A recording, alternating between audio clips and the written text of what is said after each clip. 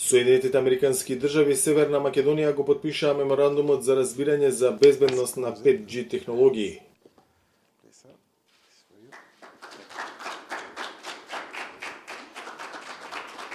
Со потпишувањето на овој документ, земјата се приклучи на низата европски држави кои имаат склучено вакви спогодби со Вашингтон, со кои им се оневозможува на непроверени и небезбедни произведувачи да продаваат и инсталираат чувствителна комуникацијска опрема, која може да биде искористена за неовластено собирање податоци за граѓаните.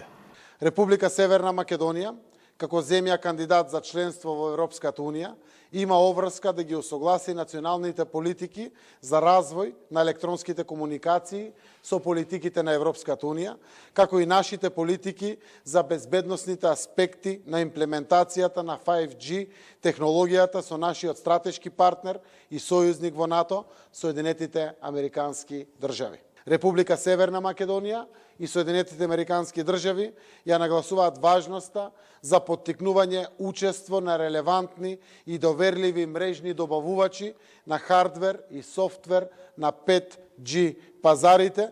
Најпогодени со потпишувањето на овие меморандуми се кинеските телекомуникацијски корпорации како Huawei и ZTE. The world is waking up to the dangers of entrusting our critical networks to untrusted high-risk vendors. Светот се освестува за опасностите од доверувањето на клучните комуникацијски мрежи на непроверени и ризични производители.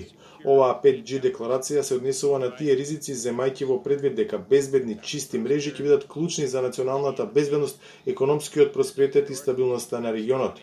Чистата мрежа е сложен пристап за справување со долгорочните закани за приватност на податоците, безбедност, соработка и човековите права, наспроти намерите на Кинеската комунистичка партија. Кинески Huawei досега беше силно застапен во телекомуникацијскиот бизнис во земјава и најсилен играч за инсталирање нивната 5G мрежа.